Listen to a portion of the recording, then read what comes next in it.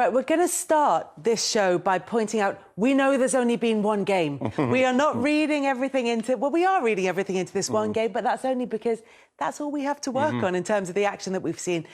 Given that, how impressive were Man United? Very impressive. They're brilliant. It's how you'd expect. When I used to play against United, that's how they started. You went there on the first day of the season. Obviously, it's a full house. And you're hoping that they're not ready to go. I think Leeds played into their hands a bit, but you can't take anything from United doing that man-to-man with these players. Because as soon as you lose them, it's over for you. But it was as close to a Man United back in the day than I've ever seen. I'm not saying that that's what they have to do, but they just looked imperious, man. It just looked so good. There's a lot of optimism from Manchester United fans ahead of this season, and part of that is because they're back in the ground as well, and that contributes to that whole kind of old-school feeling for Manchester United. Of course, yeah, and I think with the signings Ollie's made as well, I think Ollie's made his mind out. He wants Manchester United to be very attacking this season, get back to the old Manchester United. You know, got old-fashioned wingers, so to speak, creativity in midfield. And when you've got Bruno in the form he's been in, you know, carrying on to this season, you're going to get goals, and that's what they produced last weekend. Yeah, and they do go out on the front foot under Ole Gunnar Solskjaer. In fact, there have been more games, miles more games, in which they've scored 5 or more goals under Ole Gunnar Solskjaer than under David Moyes, Louis van Gaal or Jose Mourinho. It seems to be a strike-first mentality. If you wind the clock back to December 2018, their very first game under interim Ole Gunnar Solskjaer against Cardiff was a 5-1. And what was interesting there was Wayne Rooney gave a little comment about the difference about playing under Solskjaer, what that would be like compared to playing under Mourinho. And he said, under Mourinho, you only really attack with 2 or 3 players, where Solskjaer very clearly wants 4 or 5. Yeah. And you saw some of these goals against Leeds United. Pogba's interlinking with Bruno, who's interlinking with Mason Greenwood. Scott McTominay's not too far behind. They get at you with numbers and at speed. Yeah, it is. And for a striker to play in that sort of setup, I've put someone else's teeth in today. For a striker to play in that sort of setup, it's all there for you. It's all been created for you. Yeah, like I said, it was quite frightening to see, and even with Lindelof's pass, it seems like everybody who's playing, and like I say, it reminds me of back in the day, is that everybody who gets on the ball for the Man United side is looking to do some form of damage to you. And when you've got the runners, like the Greenwood goal was perfect, where, you know, you give somebody like Pogba that much time and space, and he'll hit a pass that you don't see very frequently. Maybe Kevin De Bruyne might be able to do that as well, but he done it with it was so lax and so calm and so beautiful, onto a full-pace Mason Greenwood was straight catching him, and it was beautiful to watch. So what you see with United, where the game is stretched this end to end. Man United in that format, unstoppable, because they've got so many players in the moment. Bruno, you know, Pogba, Greenwood, you know, Sancho ain't even started yet, no Rashford. You've got so many players in the moment that will hurt you if you're trying to attack, and they get the moments and then they'll punish you. Let's talk Paul Pogba. 4 assists in that victory for him.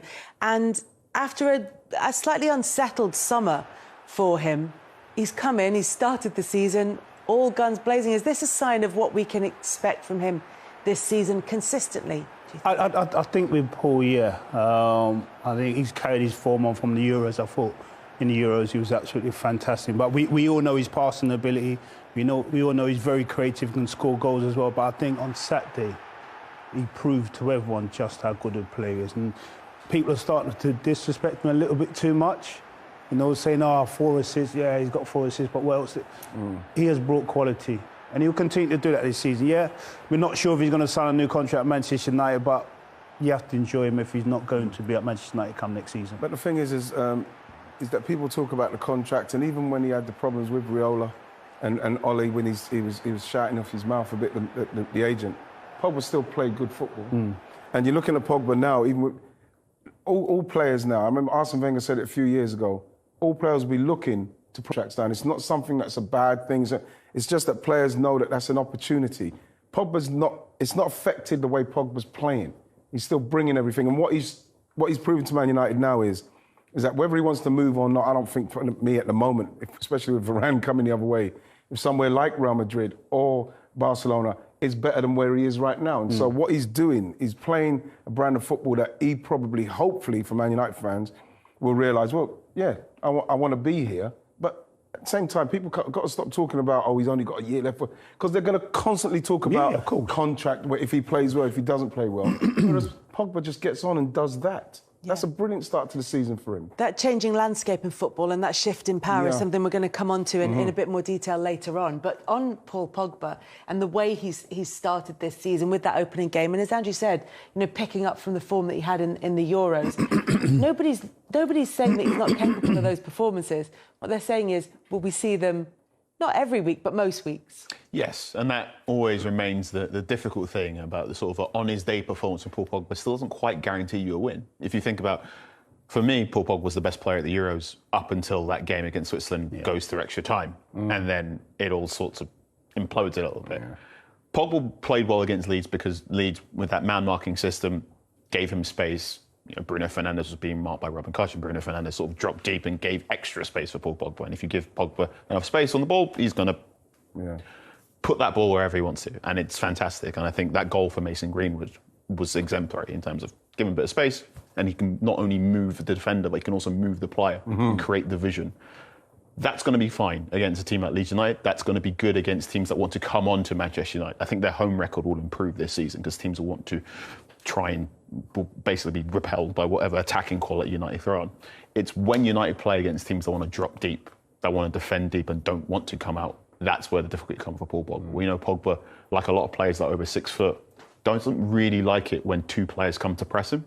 So he hasn't had great games at Southampton, which will be interesting because Southampton are a high-pressing team. If Ralph Hasenhüttl was watching Pogba, he's got to go send 2 lads up on him and see what happens next. Yeah, see what happens. Yeah, but then surely the signing of someone like Sancho, because of us, jump the gun here?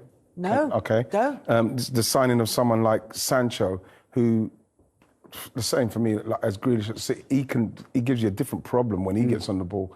If team's going to stay deep, and so what happens is he'll take players out of the game with skills. I think that this is one of the biggest factors for me for United this season.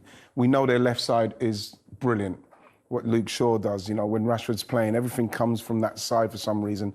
And the right-hand side is the percentages. I would love to see what the percentages of the goals created from this side is. I'm sure it'd be a lot further behind than the left. Jadon Sancho will bring that right up. And he'll also bring that problem what Carl has highlighted, which is a problem for United, creating that when people are doing that low block. And I think that he's somebody that now he'll take players out of the game with skills going into boxes, more free kicks, more opportunities to get the ball in the box for people like Harry Maguire and maybe Varane. So I feel that they're slowly just sorting out all their problems. Got more options. Yeah, maybe that holding midfielder, Carl, at some stage, I'm sure they're going to get that person. But at the moment, you're seeing everything in that performance, and you're right to say it, Kels. It's only one game, but they've started with a kind of an attitude that makes me think, right, they're here to play. Yeah, I think Manchester United are better as well when they don't play with 2 holders. I mean, I think when you're at home, you can't play 2 holders. Yeah. Not Old Trafford. Yeah. With the quality that they have, you don't need 2 holders, man. Yeah, man. You're going to dominate the game. Naturally, when you come against the bigger teams, it's going to be a little bit different, but at Old Trafford, you've got to go for it. It's as simple as that. That's the way we've been brought up. Yeah, I remember, I think it was the first time you came on this show and you talked about Ole Gunnar Solskjaer and what his blueprint might be. And you were looking back at that classic team that Solskjaer played in. Are they bringing Sancho in? Are they now closer to kind of creating that setup? I think they're as close as they've ever been. After the victory against Leeds, I did ask Solskjaer sort of how he develops Mason Greenwood. I said, when you've got, I'm assuming you want to one day make the striker, when do you add an extra bit to his game? And then Solskjaer looked at me and went, who told you I want to make him a striker? And I got very embarrassed. And he goes, he said, no. So you said Greenwood plays on the left, he can play on the right. You look at his goal that came on the left-hand side, he can play in all these positions. And then I went, well, do you want him to play in all these positions? And he said, yeah, I want all. He goes, everyone apart from Cavani. Cavani's the only fixed striker. And then he mentioned Carlos Tevez, Wayne Rooney. Yeah, but I don't think Mace actually wants to play as a centre forward. No. That is a difficult role. To be a number 9, that's pressure. I know if you play off the left or right, it's different. But being a number 9 at Old Trafford. I thought what was interesting was he mentioned the 07-08 team, which when I was here before, I said, I think he wants to do that. And he was the forwards coach in 07 a little bit towards the end of that season before he became the reserve team coach. And I think he's always had it in his mind, could he create of front three that was a bit like Rooney, Ronaldo and Tevez. And they're getting closer. I think Jadon Sancho is the sort of Ronaldo-esque right-sided player that can go into loads of positions. Greenwood is just sort of Tevez-esque, where he's a bit more of a striker, but he can also play on both sides. And then we know Marcus Rashford grew up watching Wayne Rooney, and he adores watching Wayne Rooney and has that sort of very selfless streak where you can move him to all those sorts of positions. So there is a version of a United front three where you have that front three and they're all constantly changing positions. And I think that's a nightmare to play against if you're an opposition team. Yeah, really difficult to play against. But for Mason Greenwood, like as you said, if he doesn't want that fixed number 9 position, is he better suited to playing in that more flexible role? I think so. Yeah, I think with Macy's talent, you know, he's forced that he can play across the line, you know, centre forward, left or right. But listening to like some of the coaches, Fletch and people like that who I speak to, I don't think he's fixed on playing as a number 9. You know. Like I said, number 9 is tough. And as such a young state of mind. Exactly. As such a young kid, you know, to be Manchester United number 9 at that age, it's hard work. Well, I think now Cavani, and if you listen to the noises Ollie's making, you know, come next season, you know, then we'll look to buy, for instance, a Haaland or a Kane if he's still available. I think they're looking long term, right? Mace won't be a number 9, but he'll play. But they want a number 9. Yeah. I mean, he's not doing too badly in terms of goals scored, though, Mason Greenwood, compared to other teenagers in the Premier League. I mean, he's up there, maybe not with the very best out-and-out strikers who are hitting sort of numbers of 30 or so. But given that he only has until the 1st of October and then he's no longer a teenager, he's at 18 there behind Nicolas Anelka. I think that when you look at what Mason Greenwood's doing there, the numbers are amazing.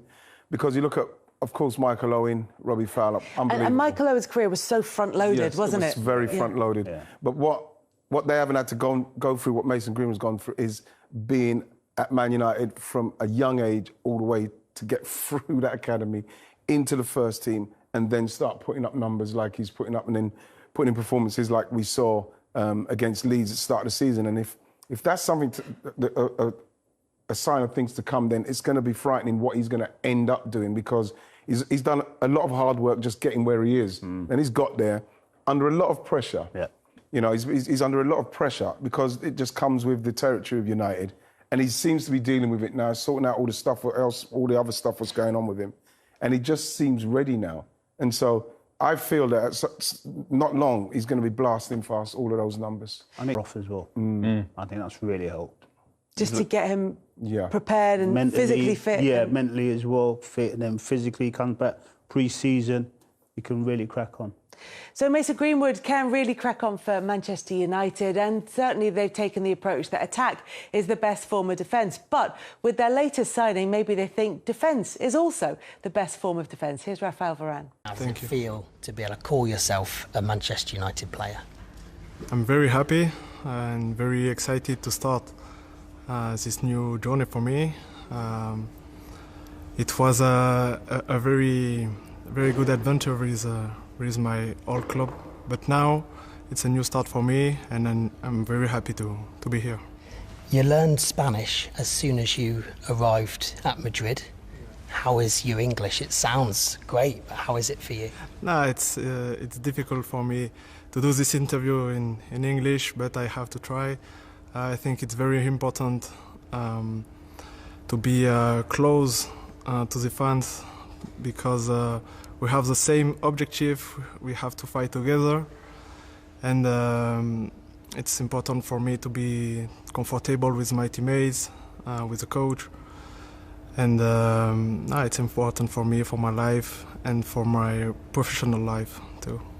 Talk us through the timeline. When did you realise that a move here to Manchester United was going to happen for you? Yeah, I think there have been a lot of rumours, a lot of people speaking about me and Manchester United since 2011, when Sir Alex Ferguson come in my mother's house, and I think when it was real, it's when I spoke with my club, and I feel a real opportunity to play in Premier League and for Manchester United.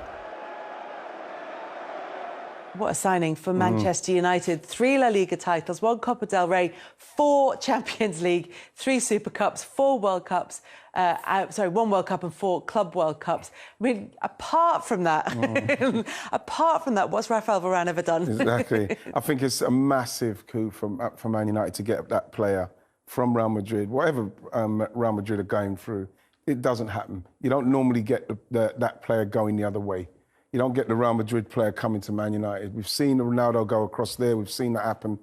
We've seen Hazard go across there. But for Man United to get him in his prime, with people saying, yeah, well, Real Madrid don't get rid of good players. Well, actually, they do, because they just have. Because for him to go to Man United now, in his prime, it's a magnificent signing. He's a top player.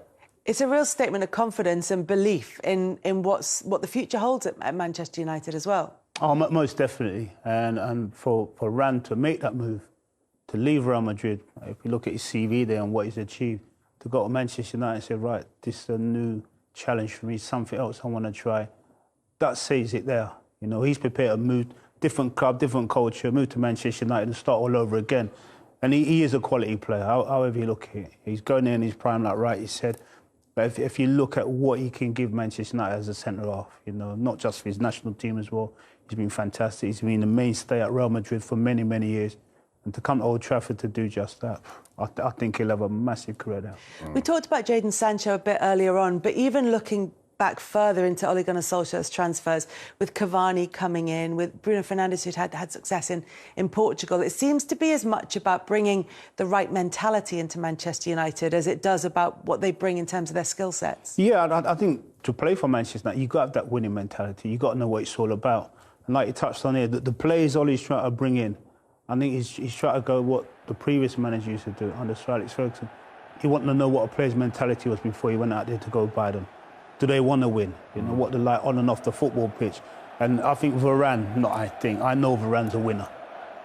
You know, you don't stay at Real Madrid for as long as you have done if you're not a winner. And he knows what that feeling is all about. And like I said, I think he'll be a massive, massive plus for Manchester United. Yeah. But purely on the aesthetic, he already looks like he belongs. Yes, there's a great moment in this video where I think he just after he takes his selfie, he goes and he has a little embrace with Rio Ferdinand. Almost felt like a passing of the torch in terms of I'm one classic, legendary Manchester United centre-back to another. And I think he will offer United much what Rio Ferdinand did. I think the partnership he'll have with Harry Maguire will be probably... Yeah. They're very well suited. So I think Harry Maguire, very, very good at marking the man. If you've got he's a bit like a dog. If you've got the ball, he's going to chase after you and he's going to make sure you're depossessed. Whereas Varane's very good in terms of marking the space and jockeying you and pushing you to areas where you don't want to go to. He'll turn really good goal-stopping opportunities into very bad crosses and whatnot. There's also the fact that Varane, he's quick. He's very, very quick.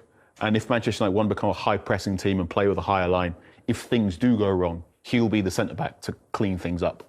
So I think that will be really important. In those games where they're playing at home and want to keep the pressure up onto teams that want to hunker down, he'll be probably the last man, while whoever is the goalkeeper will be someone outside the penalty area. That's going to be an interesting question as well, which we will touch on, and who is going to be in goal for Manchester United across the next couple of seasons.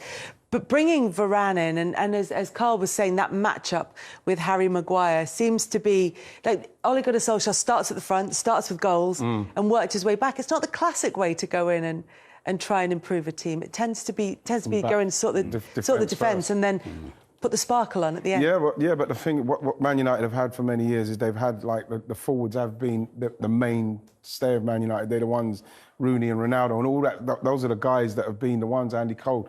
You know, Dwight, all the people that were up front was what the main focus was with Man United. And recently, obviously, it has changed simply because you need to have a good defence. You know, I still feel that Aaron Wan-Bissaka is, for me, the best defensive right back in the country. No one's going to change that.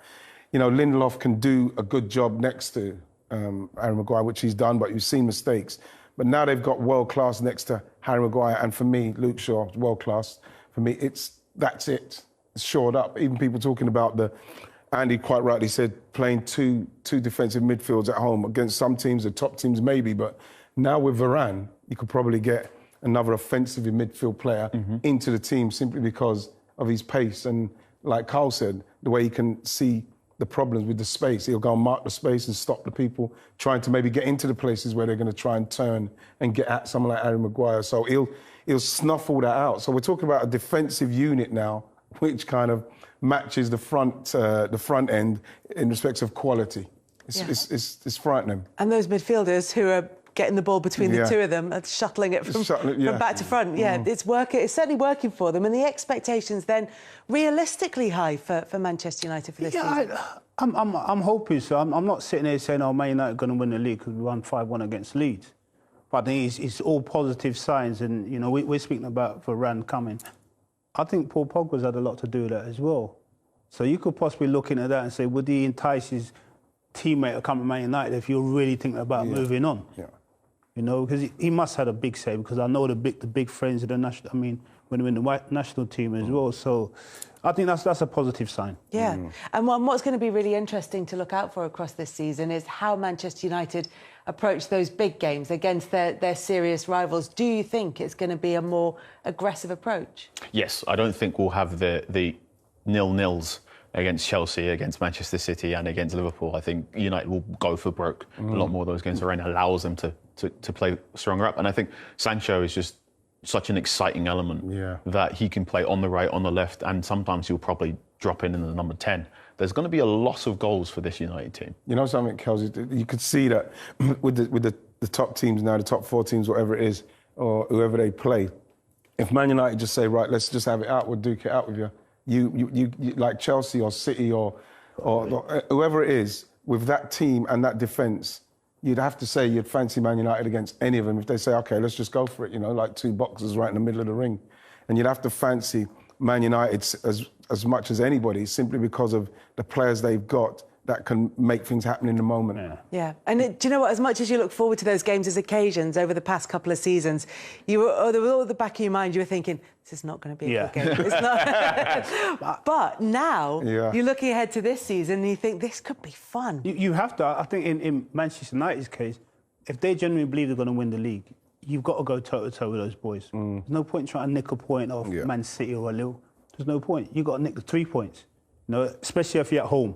If you go away and you get a point, you've got 4 points. You know that time in the game, and when you're playing, when you think to yourself, right, we've done our bit, let's get the point now. Yeah. I remember playing against them, and you could see that with United, where they said, right, they will hammer at you, and then it's like bam, bam, and then all of a sudden they'll just go bam, they'll take the point because they know that next week they're going to beat a team. That's what I want to see the United do, simply because that's what I used to see them do. They come and they are coming for your throat. And then if that doesn't happen, they do not lose. Yeah. And we're going back to all these similarities for the Manchester United team now to the ones that were successful. And Ole Gunnar Solskjaer, obviously a big part of that in the past. And he knows what that takes. Do you think his reputation is growing? I think people are starting to respect him now. He's not won a trophy. I understand that. And people keep saying, it's a massive season for him this season. Of course he is, just like any manager. But I think now people are looking at Ole and saying, right, he knows what he wants. He knows where Manchester United are trying to get to, and he's bringing the right players. Now, can he get Manchester United, so to speak, over the line by winning silverware? And what he's accumulating at the moment, I'm very, very excited about this season. Yeah. But like I said, I'm not going to sit and say, we're going to do X, Y, Z. But really excited about what we have. Yeah. I mean, there's an argument that regardless of what happens, he was absolutely the right man at the right time for Manchester United. Whether, he's the man to get them over the line in terms of silverware, we don't know until he's won a trophy. But for the man to go in, change the atmosphere, change the mentality, change the dynamic to make it more recognisably Manchester United, he absolutely was the right person. He's a genuinely surprising coach in that every time I think he's reached his limit, he comes up with something new, or he gets that good result, and you're going, okay, maybe there's something left in your back pocket. And I think his interim period was very much, let's just do it like we did under Ferguson. And then there was sort of a year and a half where I wasn't quite sure what he was planning. And I think I came on here and said, I have to squint and tilt my head and then I can figure it out. I don't think you have to squint anymore. We know what this United team want. They want to play quick, counter-attacking football. They are going to put in loads of crosses when Anderson Cavani comes in. They are going to be really hard to break down in defence because they've got Varane and they've got Maguire, 2 players who are very good in their 1v1 duels. This all makes sense in a way that hasn't made sense at Manchester United since perhaps Ferguson's retirement. And he deserves an incredible amount of credit for that. And that is probably why he's got that contract extension. I think as well, Kels, I remember saying what Ollie's brought to Man United is that it feels like I feel our Man United should be and how they're respected now. He's taken his time to get around that. And I have to agree with Carl when Carl said, sometimes you think, well, what you playing? You know what I mean? What you playing? But you can look at this team now, the way they played against Leeds and say, OK, I get it now because he's got the personnel. So I remember saying it was vibes, you know what I mean? And Man United fans continually come for me with that one. And they're right to, because now you look at it, he's brought Man United back to how people see Man United. And I think that there's going to be a fear with them now. And what Ollie's doing is giving them the opportunity to just go and do it. Yeah. That's what it is. So when you couldn't recognise it before, it's because probably the players and that don't do what we want. Yeah. You want to see them go in and do it. So then you say, oh, so someone like me will say, oh, look, it's just vibes. I don't know what you're doing. Like Carl will say, I'm trying to work out what they're doing. When you've got the right players and they go and do it, you see what they're doing. Now I can see what they're doing. The quick breaking, the quality players, the quality players in the moments that create something, bam, before you know it, you're 2-3-0 down against them. And that's the team he used to play in. Yeah, exactly. The good thing is now they can play counter-attack football. You can't always rely on that. But I think now we can still play that, but we can play. Yes. Yeah. You know, to win a league, you can't play counter-attack football. You can't do it for 38 games. You can't do it. So you got to play as well. And like you said, where Ollie's trying to get to now, if we're going to play the quick break, we've got the place to do it. Yeah. But we can play as well. And that's what Man United have to do. Yeah. See Manchester City losing their opening game of the season against Tottenham. A lot of the sides towards the top end of the table last time around have strengthened over the summer.